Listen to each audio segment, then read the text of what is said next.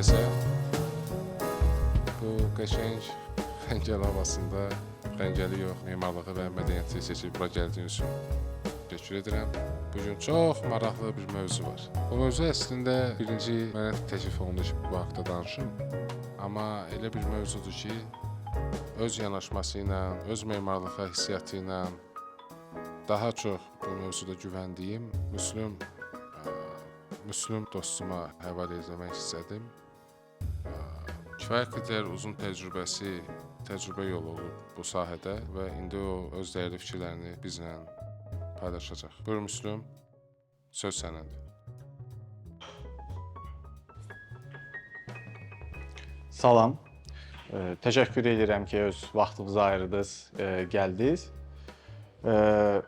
Bugün mən ənənəvi memarlıq və müasir kontekst mövzusunda danışacağam. Başlayaq. Tarixi yoxsa ənənəvi?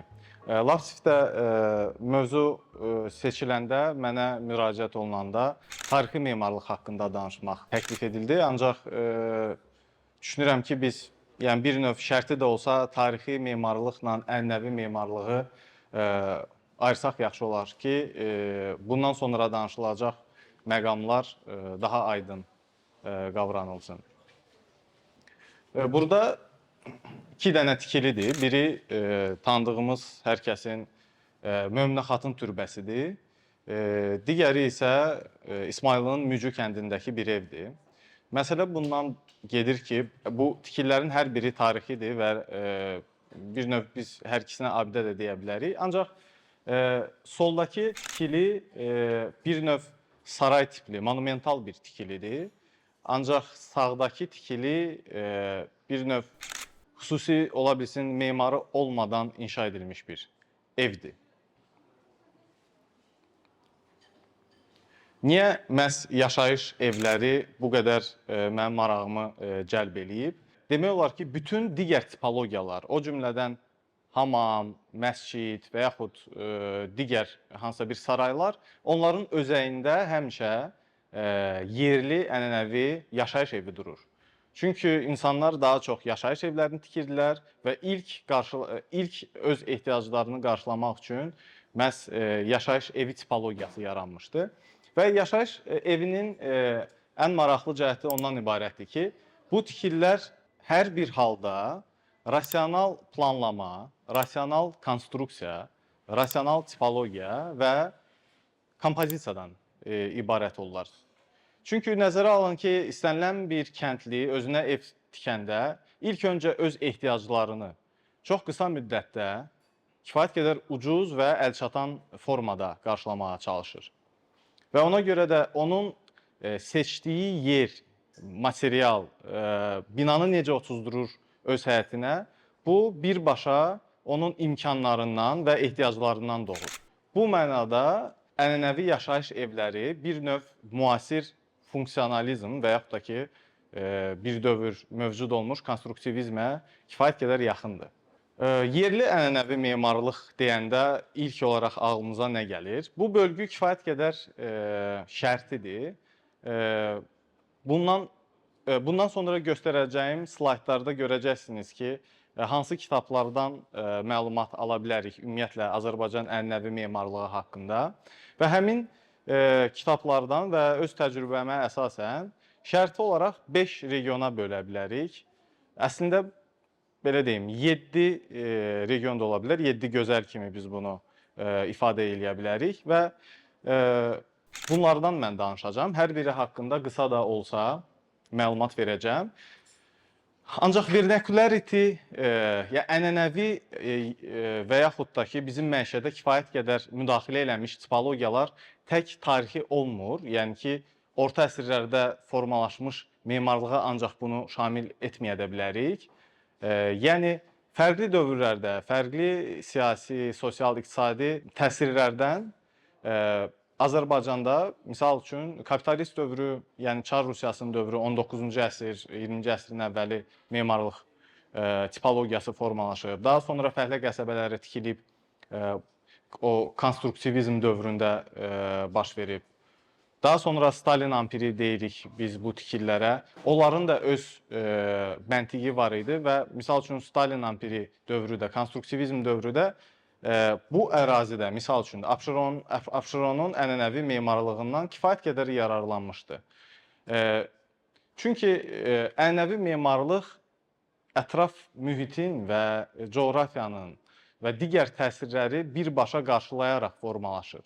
Yəni ki, götürək Abşeronda tikilən, istənilən tarixi ev böyük ehtimal cənub-cənub şərqə baxırdı və onun eyvanı ora açılırdı. Şimala qarşı çox vaxt bağlanırdı və eyni üsullardan həm Sovet modernizmi, həm Stalin dövründə Hüseynovun tikililərində biz görə bilərik. Daha sonra da gəlir müasir dövr. Bu ən maraqlı hissəsidir. Bu haqda mən danışmayacağam, çünki bu ayrı bir mövzudur. Müstəqillik dövründə yaranmış müasir tipologiyalar. Yəni ki, Bakının ətrafındakı kəndlərə gedə bilərsiniz. Hansılar ki, artıq kifayət qədər böyüyüblər və son 10-20 ildə bir xeyləm orada yaşayış tikilisi inşa edilib. O həmin yaşayış evləri, hansıları ki, biz bir növ slam kimi də baxa bilərik, o bugünkü ənənəvi memarlıqdır. Yəni, hətta bizim bugünləri Novostroyka dediyimiz tikili də bugünün vernakularisidir. Çünki bu, bugünkü insanların ehtiyaclarını ödəyir və bugünkü ehtiyaclara hansı imkanlarla, hansısa bir MTK və yaxud da ki, fərdi bir şəxs özü üçün ev tikir, onun ehtiyaclarını həmin o ev qarşılayır. Ancaq biz bugün danışacağıq 19-cu əsrə qədər formalaşmış ənənəvi yaşayış evlərindən. Qısaca məlumat verəcəm, ümumiyyətlə bugün danışacağım məsələlərin qaynaqları hardandır. İlk növbədə kitabları qeyd eləmək istəyirəm. Azərbaycan ənənəvi memarlığı haqqında kifayət qədər material var və burada qeyd olunan kitabların hər birinin PDF-i də var. Yəni ki, əldə eləmək o qədər də qəliz deyil. Misal üçün, Ordubad memarlığı haqqında dolğun məlumatlar Aslan Paşayevin kitabında var, 98-ci ildə dərc edilib. Lahıç memarlığı haqqında kifayət qədər böyük bir iş görülüb, 2004-cü ildə çap edilib Məmməd Bəyli tərəfindən. Abşeron memarlığını yaşayış tikililərinə o qədər də çox diqqət ayırmasa da Şamil Fəthullayevin kitabından məlumat əldə edə bilərik. Şuşa memarlığı haqqında Elturan Avalovun kitabı var və mənim bəxtim gətirib ki, Elturan müəllim bizim müəllim olub universitetdə oxuyanda. Hal-hazırda bunun arxasında olan binada yaşayır. Evi buradadır. Sağdır və kifayət qədər açıqdır verilən suallara. Yəni kimsə maraqlanırsa tapa bilər. Böyük rəssamdır. Stроительное искусство Azərbaycana kitabı var. Hardakı yerli memarlıq məntiqini açır. Yəni hansı materialdan harda necə tikirdilər. Düzdür, illüstrasiyaları yoxdur məndə olan PDF-də. Orijinalını da hələ ki tapmaq imkanım olmuyor. 18-ci, 19-cu əsrlər Azərbaycanda yaşayış binaları. Bu Salamzadə və Sadıqzadənin kitabıdır. Hər bir regionun üzərindən keçir. Hər bir regionun yaşayış tikililəri haqqında kifayət qədər məlumat var orada. Sonra böyük kitablardan ikisi Pamятники arxitektura Azərbaycana və Azərbaycan memarlığı tarixi. Burada da Salamzadənin belə deyək də böyük bir nəzəriyyə irəli sürür ki, Azərbaycanın fərqli regionlarında niyə fərqli memarlıqlar formalaşıb, bunun hansısa formada izahını verir. Daha sonra Arif Mehtiyevin çox keyfiyyətli və belə estetik bir kitabı var, Narodное жилище Azərbaycana. Bir yerdə satılır, kimə maraqlı olar deyə bilərəm. Çox az sayda, 2-3 dənə olur adətən. Və sonuncu nədir? Arxitektura Azərbaycana 16-cı, 19-cu əsrlər. Bu kitablardan kifayət qədər materiallar əldə eləmək olar və hər birinin elektron versiyası var. Daha sonra iş fəaliyyəti dövründə imkanım oldu Azərbaycan memarlığı ilə, ənənəvi memarlığı ilə tanış olum. Bu həm bərpa layihələri, həm Sovet dövründə və müasir dövrdə yazılmış sənədlər, o cümlədən də iştirak elədiyim bir neçə maraqlı layihə var idi. Biri Şəki tarixi evlərin bərpa təlimat kitabçası, digərində yaxından olmasa da Xınalıq kəndinin bərpa təlimat kitabçası. Onu burada əyləşən Leyla xanım işləmişdi. Biz də ona qoşulmuşduq. Daha sonra Baskal bərpa təlimat kitabçası var. Daha sonra Şuşanın bərpa təlimat kitabçası üzərində iş gedir və həmin sənədlər çərçivəsində lokal memarlıqla dərindən tanış olma imkanı yaranır. Və əlbəttə ki, təcrübə. Yəni əraziyə gedib baxırsan, görürsən ki, yəni belə tikirlər, bundan tikirlər.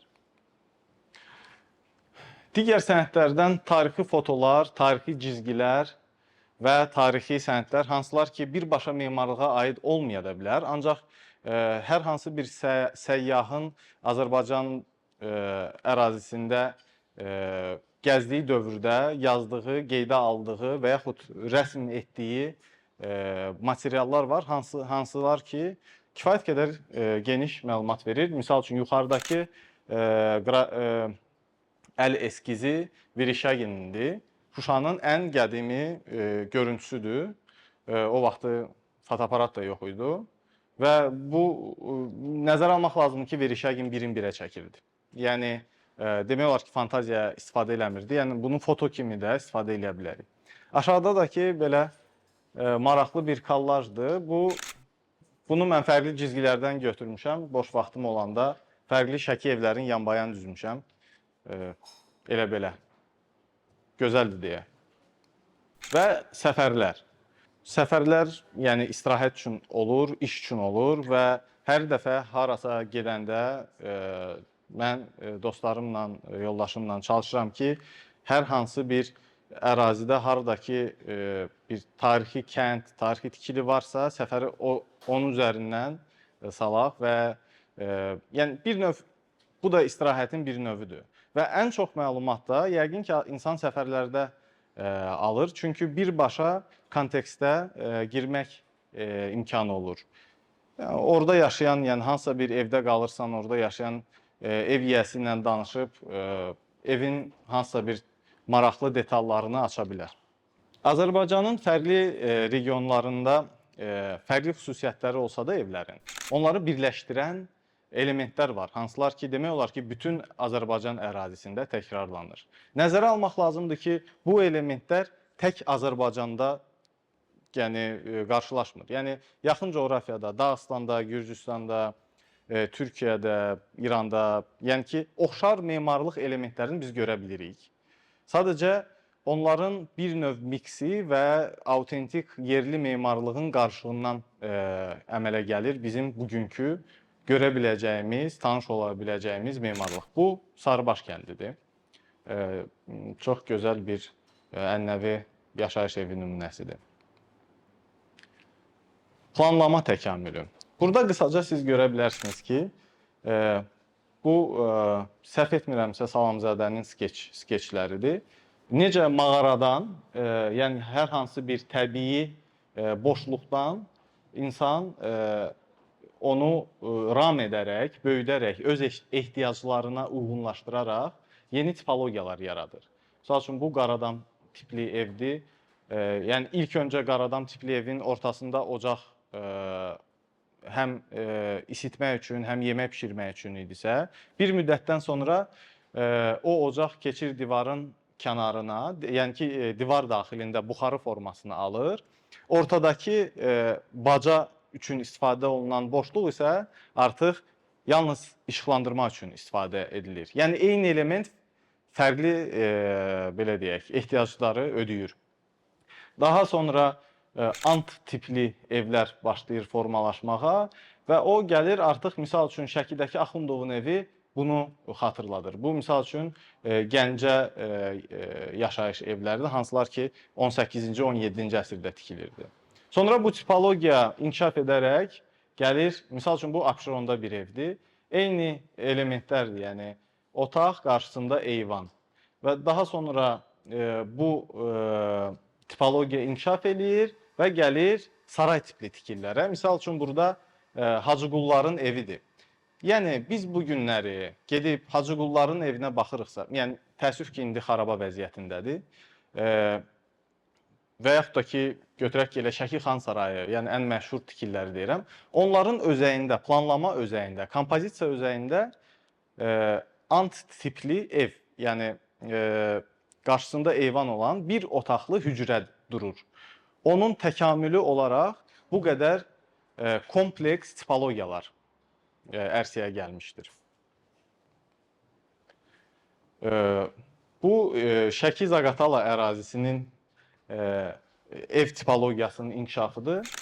Buradan görə bilərsiniz necə daha sadə formadan gəliz formaya qədər inkişaf edib həmin bu yaşayış evi tipologiyası. Sağ tərəfdə isə Azərbaycanda olan sarayların planlarıdır. Bu aşağıda Xan sarayıdır, buradakı səhv etmirəmsə Şuşa sarayıdır və digər tikililər. Görə bilərsiniz ki, burada da yəni Azərbaycanın fərqli regionlarında saray tipli tikililər də eyni tipologiyaya daşıyıcısı idilər. Əlbəttə ki, yaşayış evlərini tək tipologiya yox, eyni zamanda da tikinti materialları təyin edir. Ümumilikdə Azərbaycanda istifadə olunan tikinti materialları şərti bölsək, çay qaya daşı, bərk əhəng daşı, yumşaq əhəng daşı, misal üçün Abşeronda olan əhəng daşı daha yumşaq hesab olunur. Ancaq misal üçün İsmayıllıda, Şamaxıda, Sündü kəndində misal üçün daha möhkəm əhəng daşıdır. Və yaxud da ki, Lahıc kəndində istifadə olunan əhəng daşı.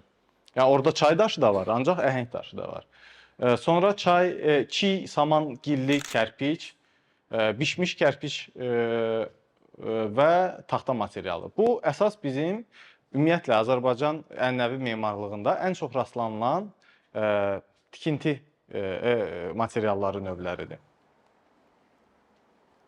Burada biz Azərbaycanın fərqli regionlarının hörgüsünü görə bilərik. Solda tanıdığımız Abşeron hörgüsüdür. Sağda Şəki, daha doğrusu ortada. Sağda mərmər daşından inşa edilən Şuşa hörgüsüdür, Ordubad.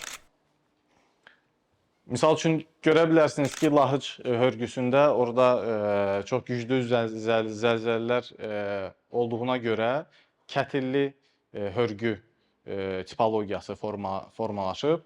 Elə bu xınalıqda bu əyri mailli qoyulan daşlar da, çay qaya daşları da həmin o yükü paylama funksiyasını daşıyır. Ordubadda isə misal üçün demək olar ki, bütün hasar, ümumiyyətlə bütün divarların alt hissəsi çay qaya daşından inşa edilir ki, yuyulmasın. Yuxarı hissəsi daha yüngül çiy kərpiçdən inşa edilir. Eyvanlar. Yəni demək olar ki, Azərbaycan bütün regionda yaşayış evlərində eyvanlar rastlanır. Hər birinin elementi fərqli olsa da, ümumilikdə funksiyası və texnologiyası aşağı-yuxarı eynidir. Burada görə bilərsiniz ki, hər birinin öz xüsusiyyətləri var. Misal üçün, İlisu ilə Şuşadakı eyvanların pilləkənləri birinci hissəsi adətən, yəni yerə yaxın hissəsi daşdan inşa edilir. Aşağıda, ortada siz xınalıqdan bir foto görəcəksiniz. Bu köhnə eyvanların sonradan artıq Şuşa bu regiona gələndən sonra və taxta materialları daha əlçatan olandan sonra şüşəbəndlərə çevrilməsidir. Burada aşağıda hətta Sovet beton bloklarını da inteqrasiya ediblər ümumi kompozisiyaya. Sütun orderi. Bu skeçdə siz ümumiyyətlə ehtiyacdan doğan sütun və tir tipologiyasının inkişafını görə bilərsiniz şərti olaraq. Və misal üçün xınalıqda, indi burada fotosu yoxdur, kapitellərin üzərinə adətən keçi buynuzu qoyurlar və həmin o keçi buynuzunu da sonra kapitellərin özlərində əks etdirirlər. Yəni ki, oyurlar.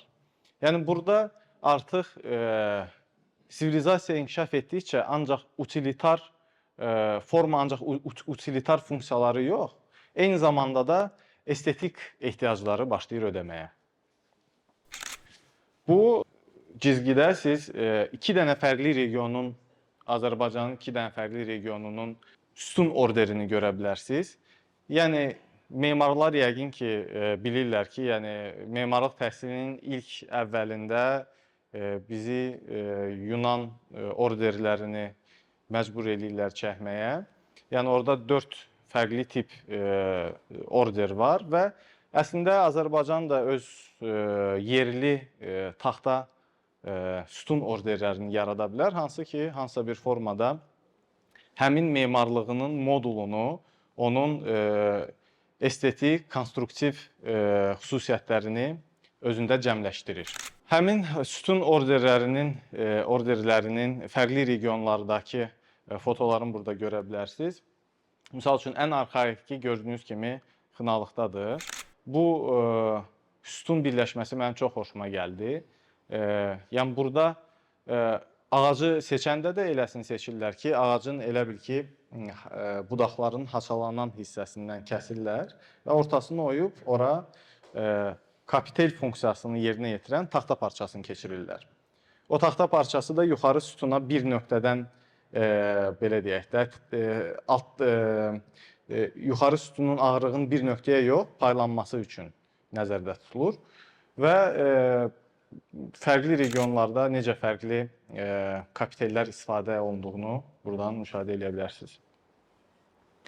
Bütün evlərin isidilməsi üçün kürsü, yəni kürsü yer, yəni döşəmədə boşluqdur, hara ki isidilmiş közləri yığırlar və onun vasitəsilə evi isidirlər. Ancaq daha inkişaf eləmiş forması isitmənin və qida hazırlığı üçün soba kimi istifadə edilən əsas element buxarıdır. Demək olar ki, bütün evlərdə, bütün regionlarda siz bu buxarıları görə bilərsiniz. Ancaq gördüyünüz kimi materialdan və regiondan asılı olaraq bu həmin buxarılar fərqlidirlər. Bunların içində ən maraqlısı yəqin ki, İlisudakı dediklərinə görə Danyal Sultanın evidir. Orada belə, yəni tək buxarı deyil, yəni bu əməlli başlı, yəni ayrıca bir sənət əsəridir və bütün divar buxarı ilə bir yerdə adətən işlənilir. Burada da ki, biz onun nümunəsini görə bilirik. Bu fərqli ərazilərdə fərqli qapılardır. Misal üçün, Abşeronda əhəng daşını böyük bloklarla kəsib yerləşdirmək daha əlçatan olduğu üçün bundan istifadə edirdilər. Ordubadda, misal üçün, binaların fasad hissəsi demək olar ki, ancaq portal və qapılardan ibarət olduğu üçün heç bir pəncərə falan bayra baxmırdı. Orada çox detallı dəqqulbablar işləyirdilər. Çünki yeganə ifadə vasitəsi evin bayırda, yəni evin bayırında olan insan üçün həmin o qapı boşluğu idi. Və digər regionlarda istifadə olunan qapı. Bir şey qeyd edeyim ki, yəni bu yalnız bu tip olmur, misal üçün Şuşada qapılar və ya Xınalıqda. Sadəcə bu hər birinin səciyyəvi bir nümunəsidir. O cümlədən də misal üçün pəncərələr də ancaq bu cür deyil, ancaq aşağı-yuxarı bir növ təsəvvür etmək üçün bu fotolar hansısa bir formada ifadə edir regionu. Bu pəncərə Lahıcda aşağı Ərəqit məscidinin üzərindədir. Adətən evlərin üzərində olan pəncərələr daha kiçik olur. Ancaq bu tip pəncərəni digər böyük yaşayış evlərində də görmək olar. Misal üçün, bu Ordubaddır. Gördüyünüz kimi çiy kərpiç və bişmiş kərpiçlə divarın kənarlarını hörüblər ki, daha dayanıqlı olsun, tinləri daha möhkəm olsun. Bu isə darvazalardır. Bu aşağıdakı darvaza bundan öncə vurğuladığım, yəni ki, o Ordubadın binalarının tam asketik fasadlarında yeganə ifadə vasitəsi həmin bu portallardır və imkanlı insanlar həmin o portalların işlənməsinə bir xeyli maliyyə və vaxt sərf edirdilər. Solda yuxarıdakı portal isə Tuğda yerləşən Tuğ Dizak Məlikləri Sarayının girişidir. O da ev tipologiyasından yaranmış bir saraydır. Azərbaycanda adətən giriş qapılarının 2 dənə fərqli birinə dəqqulbad deyirlər kişilər üçün olana, qadınlar üçün olana səhv etmirəmsə zəngülbab deyirlər. O yəni gələn qonağın hansı cinsə aid olduğunu təyin eləmək üçün belə edirlər. Yəni qadın gəlibsə qadın qapını açır, kişi gəlibsə kişi. Siz görə bilərsiniz ki, yəni funksional olaraq çox sadə bir elementdir. Ancaq regiondan regiona hansı fərqli formaları bu element ala bilir. Bundan sonra həmin o 6 memarlıq üslubu deyək, ənənələri üzərindən keçəcəyik. Hər bir regionun ümumi elementləri olduğu kimi fərqləndirən xüsusiyyətləri də var. Misal üçün, Şuşada demək olar ki, bütün həyətlərdə dərin quyular var. Yəni, su qıtlığı çox ciddi problem olduğuna görə hər kəs bu quyuları qazırdı və böyük sal daşdan, yəni də bu daş misal üçün təxmini 1.20-nin 1.20-yədir. Ona qapaqlıq düzəldirdilər. Bu da quyunun içidir. Daş çox möhkəm olduğuna görə onun üzərində naxışlar işləmək daha davamlı idi. Yəni ki, nəzərə almaq lazımdır ki, Şuşa evlərinin üstü dolu deyil, yəni naxışlarla. Ancaq əsas xüsusi yerlərdə, giriş hissələrində, insan gözünə yaxın hissələrdə bu tip naxışları da, yəni kiçik ölçüdə işlənmiş naxışlarda istifadə edirdilər. Burada Şuşa memarlığından bəzi fotoları görə bilərsiniz.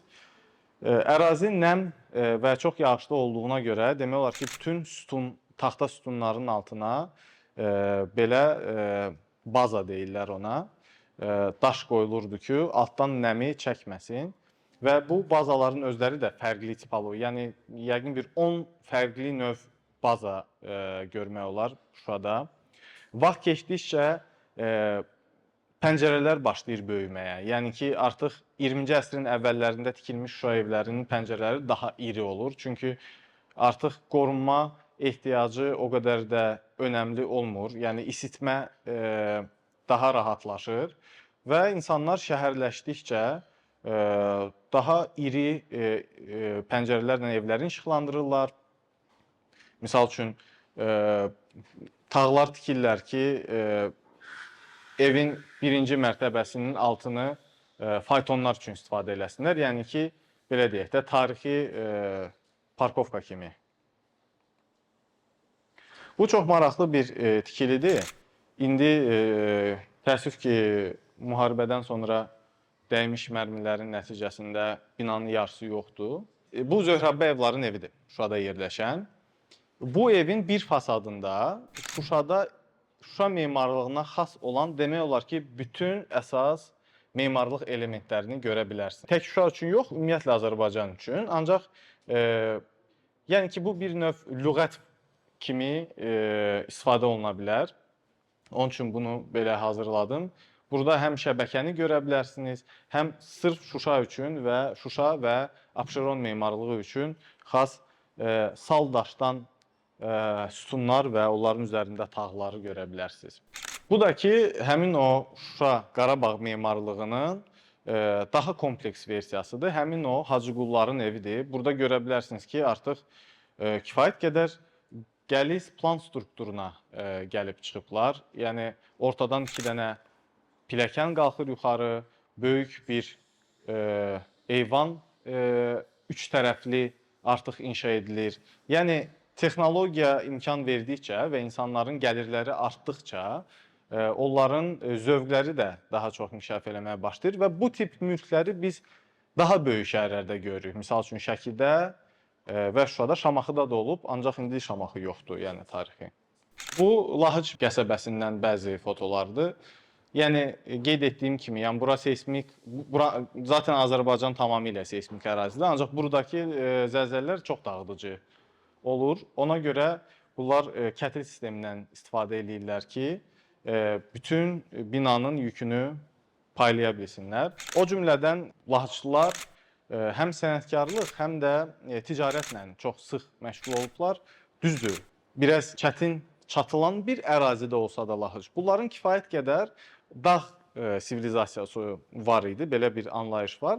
Yəni Böyük Qafqaz dağlarında olmuş kiçik icmalar, onlar adətən arana düşmürdülər, aşağıya düşmürdülər. Səbəb isə təhlükəsizlik idi və bu dağlıq regionun bir növ böyük mərkəzlərindən biri idi Lahıc və ona görə onun əsas küçələri bir çox ticarət və sənətkarlıq emalatxanaları ilə boldur və bunun özü də Lahıc memarlığın tipologiyasına çox təsir edib. Yəni insanlar misal üçün küçəyə yaxın və küçəyə açılan hissədə emalatxana inşa eləyir.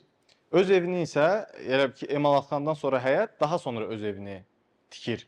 Bu elə bil ki bütün həyəti həm kommersiya, emalatxana kimi istifadə etməyə imkan verir. Eyni zamanda da yaşayış üçün daha belə deyək, privat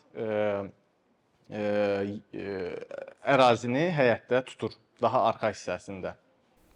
Bu da yəni Lahıcdan bəzi kadrlardır və bu 80-ci illərdə işlənilmiş Lahıcda bir evin aksonometriyasıdır. Həmin o qeyd elədiyim məqamlar burada da var. Yəni ki bu emalatxanadır, bu eyvandır, bunun altında çox güman ki satış obyektləridir, otaqlarıdır. Şəki böyük ipəkçilik mərkəzi olub və o cümlədən də tənbəki istehsalında kifayət qədər böyük sənayeyə malik idi. Təəssüf ki 19-cu əsrin sonlarında Avropadan bura düşmüş xəstəlik demək olar ki bütün ipəkçiliyi süquta uğradır və bu şəhərin inkişafı başlayır dayanmağa və bir günlər çox böyük öz dövrünə görə bir şəhər indi Azərbaycanın belə deyək, orta şəhərlərindən biridir. Burada öz sənətkarlığı ilə məşhurdur. Bu tikililərdə siz görə bilərsiniz necə imkanlı şəkillər öz evlərini fərqli naxışlarla, fərqli material kombinasiyaları ilə bəzəyirdi. Misal üçün bu tikilidə Hacı Musa Ağanın evində hətta bəzi gotik elementlər də artıq yaranmağa başlayır. Görə bilirsiniz ki, bu evlərin kifayət qədər hündür tavanları artıq formalaşırdı. Çünki adətən ənənəvi yaşayış evləri isitməyə çox əmək sərf etməmək üçün tavanları kiçik, pəncərələri də kiçik eləyirdilər. Ancaq artıq imkanlar genişləndikcə daha iri evlər başlayır formalaşmağa. Şimal-qərb regionuna aiddir Şəki. Bəzi fotoları da həmin regiona aid olan, ancaq bəzi fərqli xüsusiyyətləri olan İlisudan fotolarıdır. Burada görürsünüz ki, artıq kərpiç istifadəsi demək olar ki, yoxdur, ancaq qaya daşıdır. Misal üçün, İlisu memarlığının Şəki memarlığından fərqləndirən onun özünə məxsus portallarıdır. Burada 4 dənə fərqli giriş portallarını görə bilərsiniz. Yəni, demək olar ki, fasadı əsas bəzəyən bu həmin o portallardır. Portalların girişində də görürsünüz ki, səhəng qoymaq üçün və yaxud hansısa bir torbanı yerləşdirmək üçün və yaxud oturub qeybət qırmaq üçün burada belə xüsusi yerlər ayırıblar. Bu isə Sarıbaşdır. Sarıbaş həqiqətən də kifayət qədər hələ də gəlizdir ora getmək. O bir növ Sarıbaşın həm bəlasıdır, həm də xoşbəxtliyi. Yəqin ki, daha əlçatılan olsaydı bu tikililərdən heç nə qalmazdı.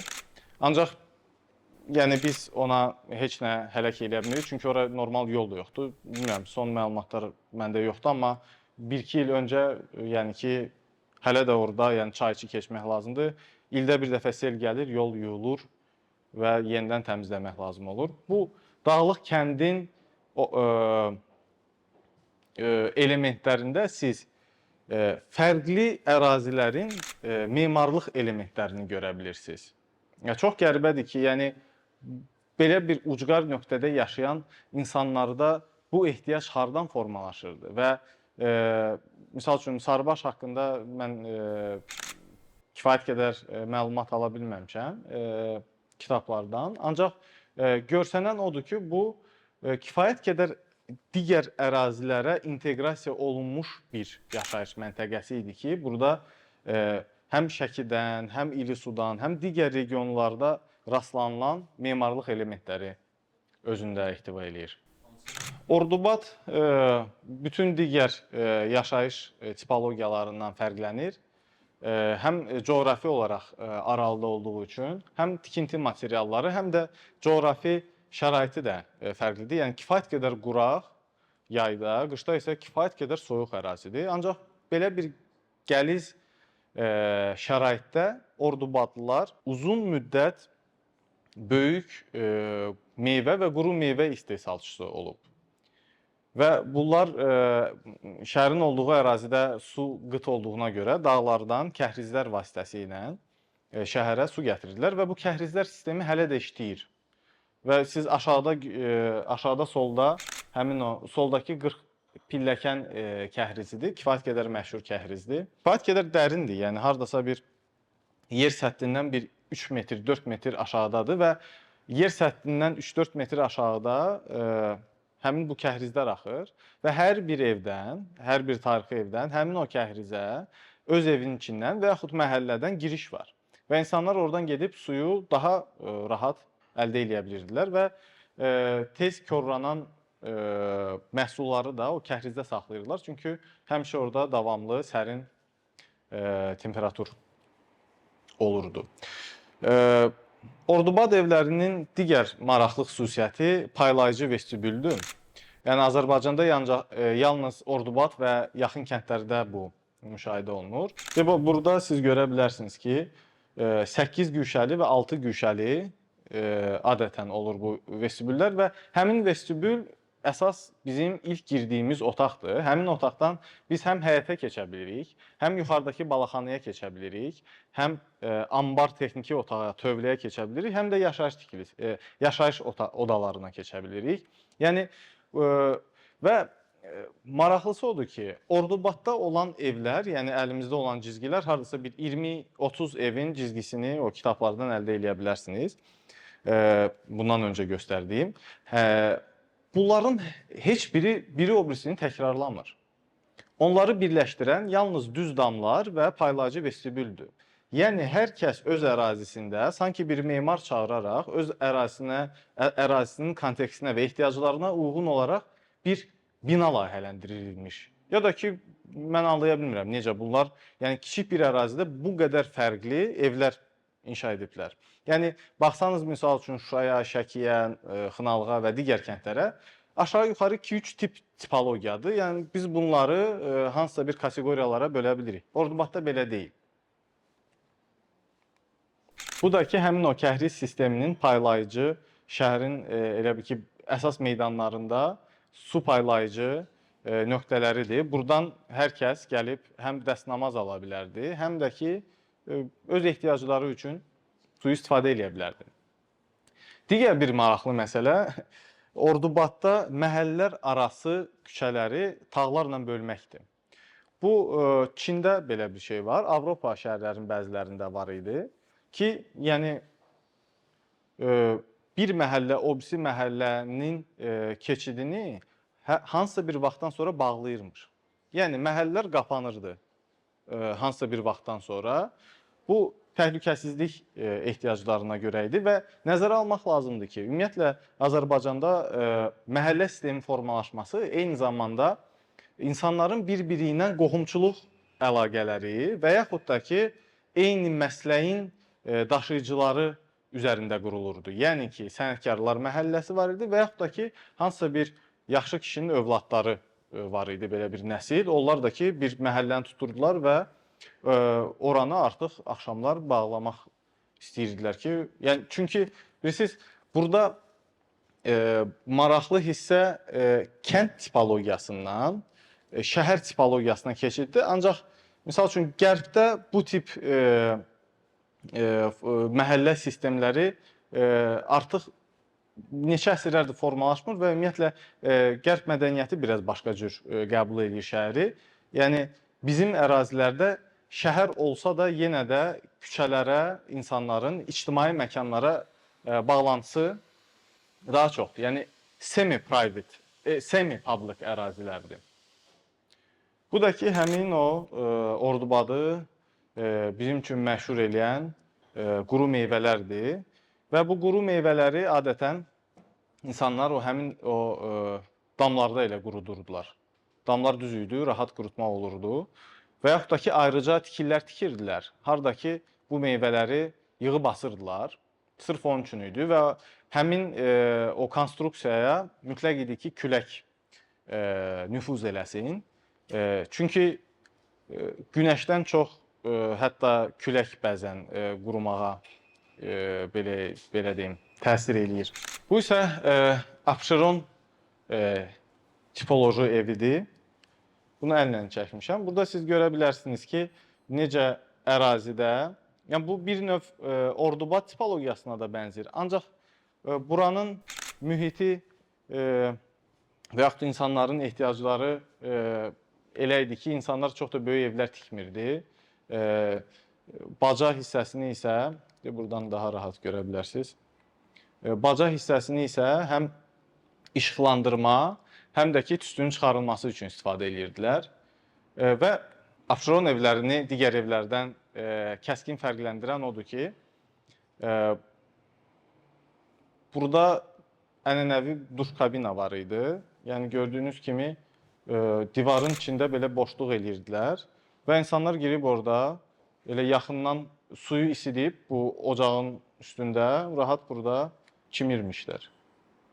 Burada da ki, həmin o Qala kəndində qalmış bir neçə dublalı evin fotolarıdır.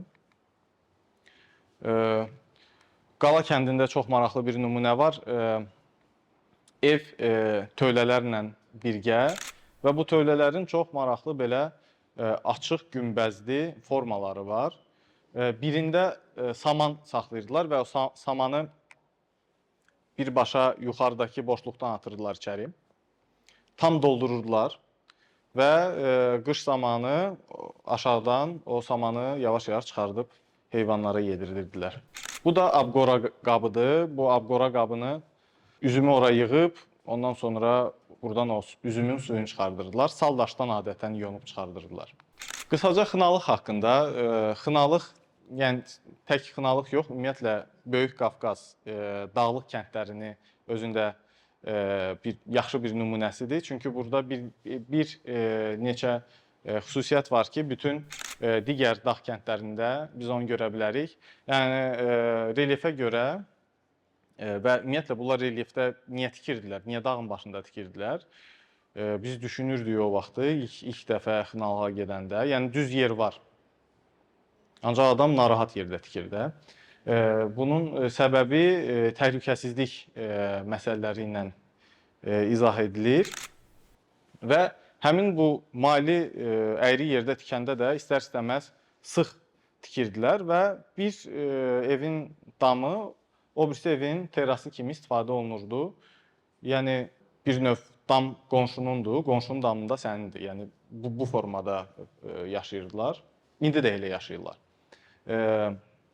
Evlərin alt hissəsini tövlə kimi istifadə edirdilər və Xınalığın digər maraqlı hissəsi tərəfi ondan ibarətdir ki, Xınalıqlar daha çox köçəri olduğuna görə onların həyətləri yoxdur. Yəni insanların hansısa bir hasarla əhatələnmiş bir şəxsi ərazi, haradakı təsərrüfat işlərini aparır, çox nadir hallarda görə bilərsiniz. Bu günləri daha çoxdur, çünki həmin həyətlər artıq digər sökülmüş evlərin əraziləridir ki, indi təsərrüfat üçün istifadə edirlər özləri üçün. Bu da həmin o Xınalıq evinin kəsimidir. Burada görə bilərsiniz ki, altda mal-heyvan saxlayırlar. Təndir otağı ayrıca ayrılır. Yuxarıda isə insanlar öz yaşayış evlərini qururlar və heyvanların o istiliyi də eyni zamanda yuxarı otağı isidir. Yəni bunlar eyni zamanda da dediyim kimi damı da çox funksional istifadə edirlər. Xınalıqdan bəzi fotolar düz dam olduğuna görə bunlar damda buna mucuq deyirlər. Muruq Muruh, moruh, muroh. Muroh deyirlər. Bunlar yəni ki, damda açılan bu boşluqla evin belə deyək, dərin hissələrini işıqlandırırlar. Bu da həmin o qoç buynuzlarına bənzəyən kokteyllər. Bizim belə deyək, təqdimatımızın birinci hissəsi bitir, ikinci hissəsi başlayır. İkinci hissədə mən müasir memarlıq, ənənəvi memarlıqdan necə yararlana bilər və bunun nümunələrini gətirəcəm. Xarici və öz təcrübəmdə olan nümunələrini gətirəcəm. Burada ilk olaraq İtalyan memarı və filosofu Aldo Rossi'nin cümləsini xatırlatmaq istəyirəm. O deyir ki, memarlıq formaları şəhər toxumasının dayanıqlığını və identikliyini əks etdirir və bu anlamda təkrarlanan tipologiyalar xüsusi əhəmiyyət daşıyır. Yəni, illər keçdikcə, dövr keçdikcə dayanıqlı bir tipologiyalar var. Hansılar ki,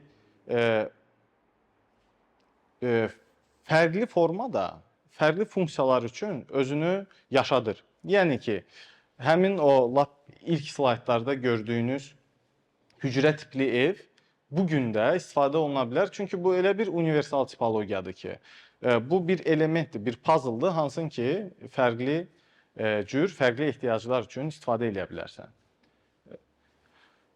Eyni zamanda tipologiya, bu yəni ki, birin-birinə sitat deyil, təxmini onun fikirləridir.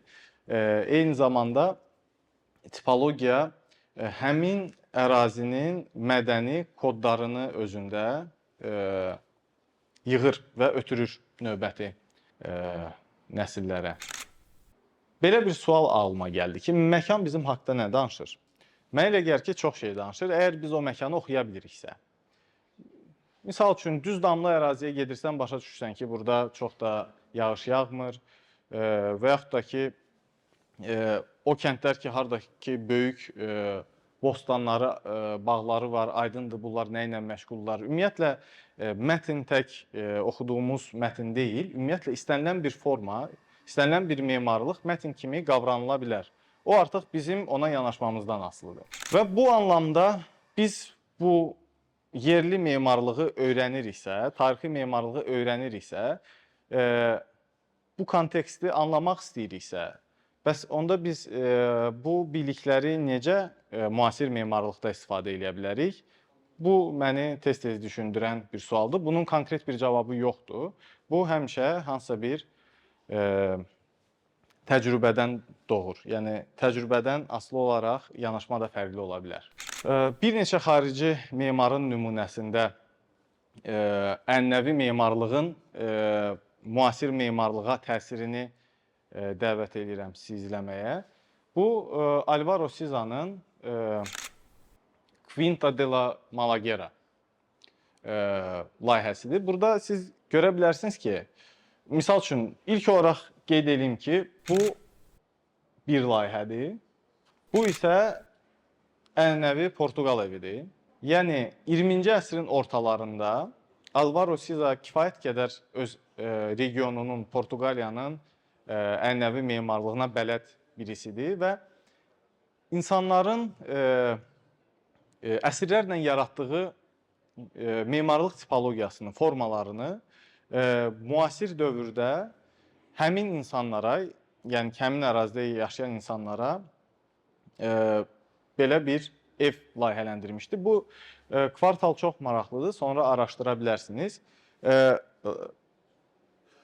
Bu layihənin xüsusiyyəti ondan ibarətdir ki, burada ilkin bir baza verilir.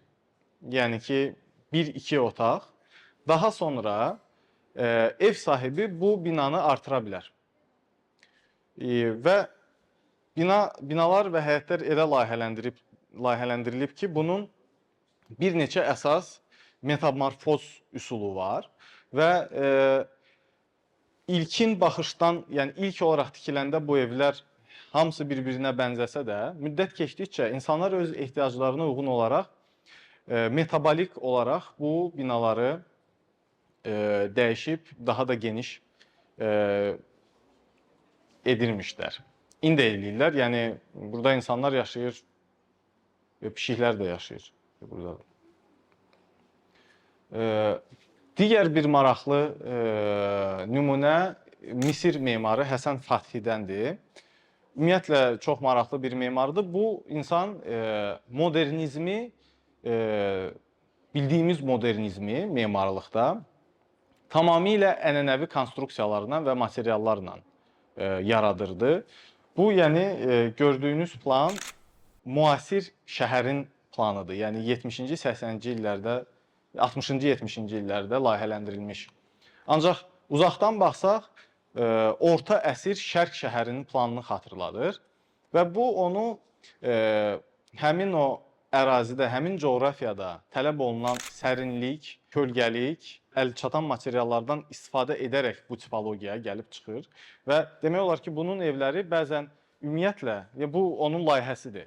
Yəni bəzən tarixi tikililərdən demək olar ki, fərqlənmir. Ancaq elə tikililər də var tamamilə, yəni aydın görsənir ki, yəni bu yeni memarlıqdır. Misal üçün burada onun bir neçə yaşayış evindən kadrlar var. Görə bilərsiniz ki, bu yəni tarixi tikili deyil. Ancaq tarixi elementlərdən istifadə edilərək formalaşdırılmış tikilidir və müasir tələbləri ödəyir. Və bu artıq başlayır həmin bu ənənəvi elementləri müasir ehtiyaclara uyğun olaraq təhrif eləməyə. Yəni pis mənada yox, sadəcə bir növ interpretasiya eləməyə. Digər bir nümunə Pritzker laureatı Wang Shu'dandır, Çinli. Yəni burada fərqli layihələrdən fotolar qoydum ki, təxmini təəssürat sizdə yaransın. Birbaşa da olmasa, materiallarla istifadə edilən elementlərin yeni kontekstdə otuzduraraq bu həmin o Çin memarlığını müasir memarlığa daşıyıb. Və ümumiyyətlə hər hansı bir memarlıq, tarixi bir memarlığı inkişaf elətdirmək üçün onu təkrarlamağa ehtiyac yoxdur. Vacibdir ki, onu yaradan amilləri və ora xas olan elementləri bugünkü ehtiyaclara uyğunlaşdırmaq. Ancaq bu o qədər də asan deyil. Çox vaxtı bu tip layihələr sadəcə tarixi tikiləri kopyalamaqla bitir. Üçüncü hissədə isə mən qısaca özüm iştirak etdiyim layihələrdən danışacağım. Harada ki, həmin o gəliz kontekstdə, tarixən formalaşmış bir kontekstdə yeni memarlıq sifarişi yarananda hansı, belə deyək də, elementləri, hansı konteksti necə oxuyub, necə bir cavab vermişdim o kontekstdə. Bu, Baskalda yerləşən inzibati bina nümunəsidir. Bu, Baskalın mərkəzi meydanıdır və həmin meydana 3 dənə şəhərin, yəni keçmiş şəhərin, indi qəsəbədir, əsas binası çıxır. Yəni bu Hacı Bədəl məscididir, bu Məhəmməd məscididir, bu isə 17-ci əsrə aid hamamdır. Bu tikililər hal-hazırda bəziləri bərpa olunub, bəziləri bərpa prosesindədir. Ancaq keçmiş qoruğun binası artıq yararsız haldaydı və sökülmüşdü və yeni qoruq binasını inşa eləmək ehtiyacı yarandı və bunu da ki, artıq qərar verilmişdi ki, mərkəzi meydanda. O həmin meydan da bazar meydanıdır.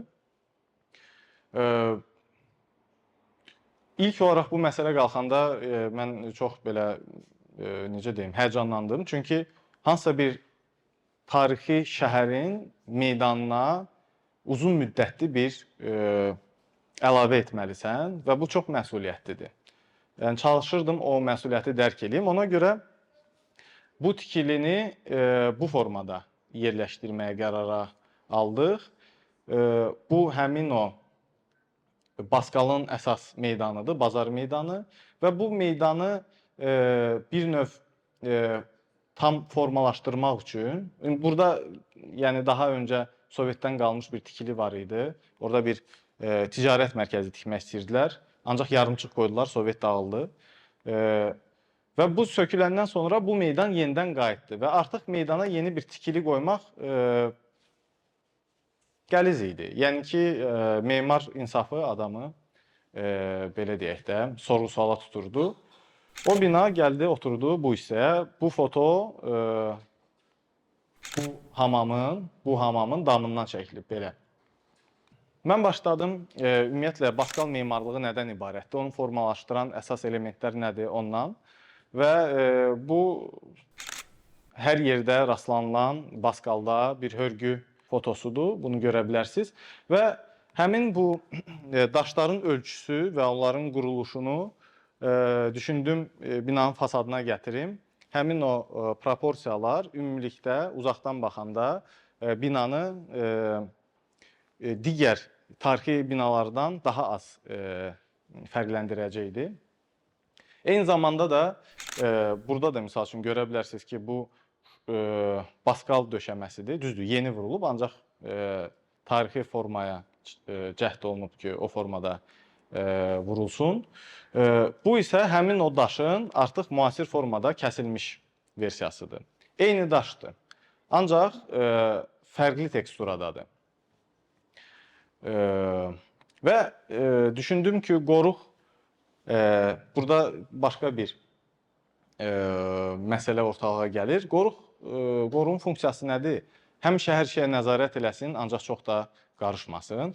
Və ona görə belə bir şəbəkə tipli, yəni boşluqlu bir fasad ərsəyə gəldi.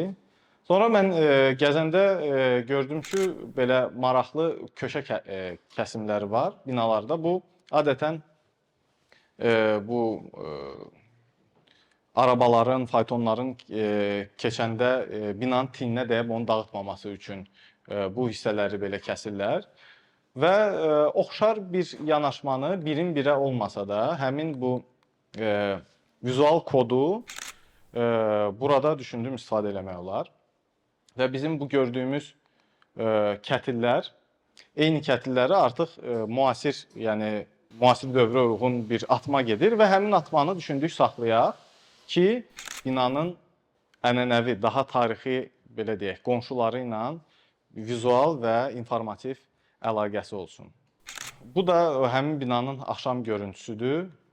Burada relyef olduğuna görə binanın aşağı hissəsindən bu ictimai tualetdir də, yəni ictimai tualetə girişi də bir növ bağlamaq lazım idi və ona görə relyefə oturanda bina meydandan o qədər də böyük görsənmir. Ona görə yəni binanın yarı səviyyəsini biz saldıq aşağı ki, dominant olmasın ətraf hamam və tarixi məscidin fonunda.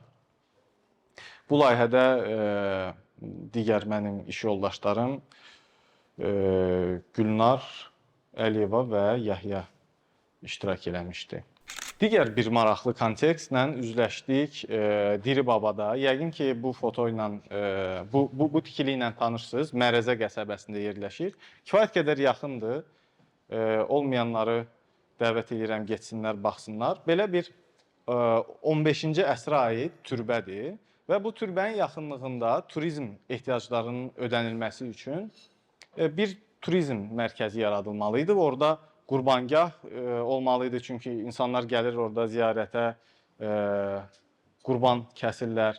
Eyni zamanda orada işləyən bələdçilər və əməkdaşlar üçün otaq lazım idi və belə bir tikiliyə ehtiyac var idi. O tikilini biz düşündük ki, yüngül konstruksiyadan eləyək. O tikili buradadır. O budur. Yəni insanlar buna görə yox, məhz bu türbəyə görə gəlir və memar burada düşünürəm öz yerini tarixə nisbətdə bilməlidir və belə bir kontekstdə dominant bir obyekt qoymamalıdır düşünürəm. Yəni belə bir kontekstdə. Ona görə belə bir forma əmələ gəldi həmin bu meydançanın sonunda. Və bu formada burada yaxında olan çoxsaylı mağaralarla da bir növ dialoqa girir. Və biz sonra həmin o mağaraların da içinə işıq qoyduq. Uzaqdan baxanda, axşam vaxtı gələndə aşağıdakı tikili də həmin o mağaraların sırasını bütövləşdirir. Və eyni zamanda kölgəlik yaradır və insanlar burada isti havada, günəşli havada bir kölgəlik, bir sərin bir yer tapa bilirlər. Orada belə bir maraqlı bir bulaq əmələ gəldi. Onun tarixçəsi də qəribədir. Orada bir bulaq var idi, kimsə tikmişdi, yəni yəqin ki, kimsə bir ehsan olaraq inşa eləmişdi. Yəni bildiyimiz kiçik bir bulaq idi və elə tikinti başlayana yaxın onu sökdülər, getdi. Zaten xüsusi bir tarixi əhəmiyyət də yox idi. Və yeni bulaq layihələndirmək lazım idi və mən düşündüm ki, bunu da necəsə ətraf memarlıqla bağlamaq lazımdır, o regionun konteksti ilə və həmin o bizim tanıdığımız əhəng daşın belə valeh edici teksturu var və düşündüm ki, həmin o teksturu burada istifadə eləmək lazımdır və istinad olaraq da yaxında yerləşən, bu misal üçün Şıxlar kəndi var Qobustanda. Həmin kənddə bir bulağın, tarixi bir bulağın fotosudur. Ancaq bu tək orada deyil, yəni ümumiyyətlə Abşeron kəndlərinin bir çoxunda, Şirvan zonasında bulaqları bu formada eləyirdilər. Heyvanlar da gəlib içə bilirdi, bəzilərində paltar yuyurdular, su götürmək üçün rahat idi və su buradan axıb sonra mərhələ-mərhələ